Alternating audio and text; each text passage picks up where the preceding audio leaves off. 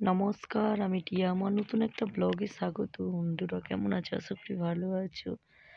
দেখো আজকে আমি কি বানাতে চলেছি। দেখো গাইস, তার টাইটেল আর থাম্বনেল দেখে বুঝেই গেছো যে আমি কি বানাতে চলেছি। বলো তো, এইখানে কড়াইতে দুধ আছে। কি বলো তো বলতে পারবে? দেখো গাইস, এইখানে আছে প্রায় 2-2.5 কেজির মতো, 2 কেজির মতো এরকম হবে চালের গুঁড়ি। চালের গুঁড়ি দিয়ে আমি কি বানাবো বলো তো। দেখো, আগে বলে ফেলি কি রকম কি করলাম না করলাম। চলো একবার শুনে আসি, তারপর কথা বলবো তোমাদের সঙ্গে। প্রথমে আমি চাল গুঁড়ির মধ্যে অল্প করে গরম জল দিয়ে লবণ দিয়ে ভালো করে মেখে নিব। দেখো ওইখানে হাফ করে নিয়েছি। হাফটা পুরের জন্য বানাবো, পিঠের জন্য, আর একটা এমনি বাটি সাপটা পিঠে বানাবো। তার জন্য কি কি করতে হয় না করতে হয় আমার ব্লগটায় চোখ রাখো, তাহলে তোমরা দেখতে পাবে ভালো করে। প্লিজ কেউ স্কিপ করো না গাইস। দেখো প্রথমে আমি এখানে কি কি নিয়েছি। প্রথমে নিয়েছি চিনি, দুধ, লবণ আর গুড়। ভালো করে চালের গুঁড়িটার সঙ্গে ম্যারিনেট করে নিয়েছি। এটা হলো বাটি সাপটার জন্য রেডি করব। তার জন্য আলাদা ছৌ মেরে রেখেছি।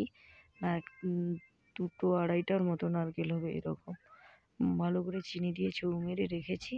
এবার কি কি করি না করি চলো দেখতে থাকো। এই দেখো, এইখানে নারকেল, ওইখানে চালের গুঁড়ি হাফ হাফ তো রাখা আছে, তোমরা হয়তো দেখতে পাচ্ছ। তাই চলো মেখে ফেলি ভালো করে। দেখো মাখানো কমপ্লিট হয়ে গেছে। আর ওইদিকে তো পুরপিঠা দেখো কি রকম হলো না হলো। ব্লগটা দেখতে থাক, পরের ব্লগ আমি দিচ্ছি। পুরোটা তো হয়তো এই ব্লগে যাবে না, এতটা বড় হয়ে যাবে। ছোট করে যতটা দেওয়া যায় ততটাই চেষ্টা করছি গাইস। কীভাবে বানিয়েছি না বানিয়েছি প্লিজ তোমরা দেখতে থাকো, আশা করি তোমাদের ভালো লাগবে। আর ব্লগ খেতেও খুব সুস্বাদ হয়েছে গাইস। দেখো দেখো এইখানে যে আমি নারকেল, চিনি, লবণ আর অল্প করে একটুখানি পানমৌরি থেতো করে দিয়েছি। নারকেল তো মিক্সড করে নিয়েছি, ভালো করে মেখে নিয়েছি।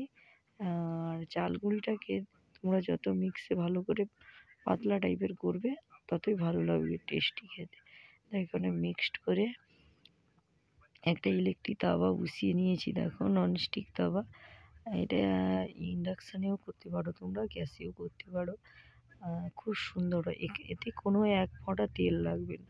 একটা ভিজা ন্যাকড়া দিয়ে তুমি মুছে মুছে দাও, আর একটু অল্প করে, প্রায় 2 মিনিটও যাবে না, 1 মিনিটের মতো হয়ে যাবে। 1 মিনিটই লাগবে, বেশি কি সময় লাগবে না আশা করি।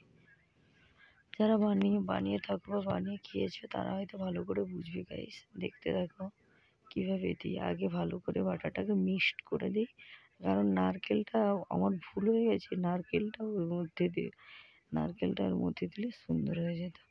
এবার দেখো এই যে ছোটো চামচটা দেখছো, এই চামচের 2 চামচ দিয়েছি। দেখো তারপর ওটা ভালো করে গরম করে ঢাকা দিয়ে দিয়েছি। দেখো কি সুন্দর। 2 মিনিট ওয়েট করো।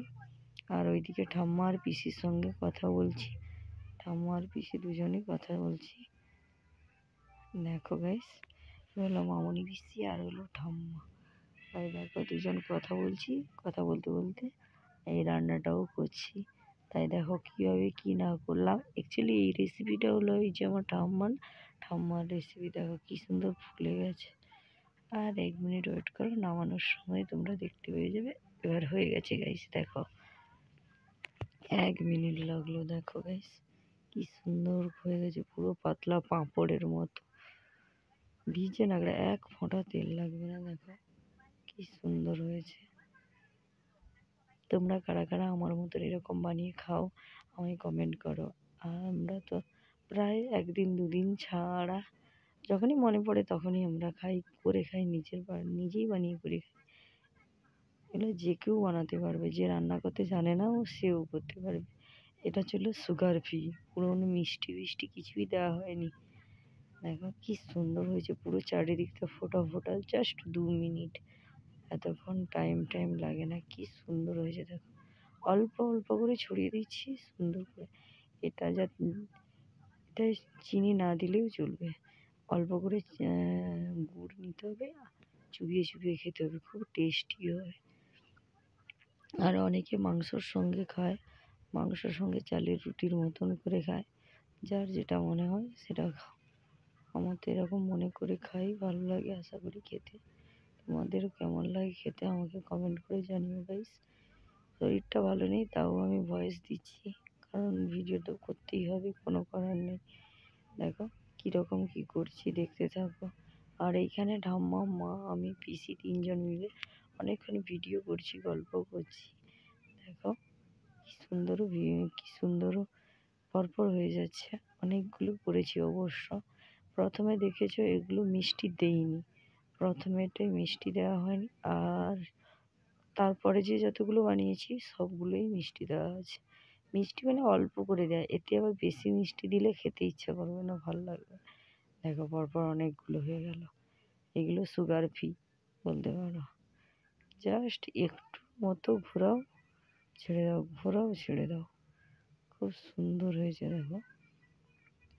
কারা কারা আমার মতন এইরকম মানে কি দুটোই নাম বলে, আর একটা কি বলে সুচুকলি না কি এরকম একটা পিঠের নাম বলে, আমরা তো এটা পাটিসাপটা বলি।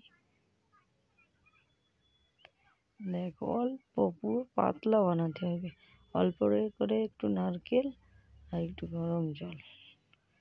দেখো কি সুন্দর নারকেল, চালের বাটা, আর কিছু লাগবে না। এমনিতেও চালের বাটা দিয়ে শুধু করলেও আরও টেস্টি লাগে।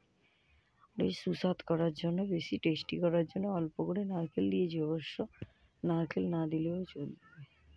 আর ওইদিকে ফ্যানটা চালানো হয়েছে বলে গ্যাসটা যা করুক ধোঁয়াটা টেনে নিচ্ছে আমাদের। আর আমার মতো ভুল বললাম, আমার মতন এরকম ইলেকট্রিক তাওয়াতে এরকম পিঠা বানাও কারা কারা। এটা ইন্ডাকশানেও হয়। আর এটাতে আবার কোনো কিছু তেলীয় মানে তেলাক্ত জাতীয় জিনিস যদি লাগানো হয়ে যায় তাহলে এটা আর মানে এরকম সুন্দর গোল গোল পিঠে তৈরি হবে না। এতে এক ফোঁটা কখনো তেল লাগানো হবে না। তাই এই যে তাওয়াটা দেখছো এতে কখনোই এক ফোঁটাই তেল দেওয়া হয়নি। তার জন্য দেখো তোমাদের চোখের সামনেই তো বুঝছি, এক ফোঁটা তেলও দিচ্ছি না, এক ফোঁটা অল্প করে ভিজে নাকড়া দিয়ে একটু মুছে নিচ্ছি, তাতে কি সুন্দর হয়ে যাচ্ছে। এক ফোঁটা লাগবে না গাইস, যদি তোমরা তেল দিয়ে এভাবে করো তাহলে লেগে যাবে, কারণ তেল দিয়ে করলেই এটা উঠবেই না। দেখতে থাকো, আশা করি ব্লগটা ভালো লাগবে আর খেতেও খুব সুস্বাদ হবে। তোমরা কি আমার মতন এরকম টেস্টি করে বানিয়ে খাও গাইস? আমি তো এভাবেই বানিয়ে খাই। খুব গরম বাবা লাগছে, অনেকক্ষণ দাঁড়িয়ে আছি না এই রান্না করতে করতে, বাবারে হাঁপিয়েও গেলাম। ঠিক আছে গাইস, আমার মতন করে খেও তোমরাও। দেখো ঠাম্মা, আমি, পিসি তিনজন অনেক গল্প করছি, অনেকক্ষণ গল্প করছি। পিসি তো পালিয়ে যাবে কালকে, তার জন্য আজকেই গল্পটা সেরে নিচ্ছি। পিসি বলছে আয় কথা বল একটু, কালকে তো তুইও চলে যাবি আমিও চলে যাব।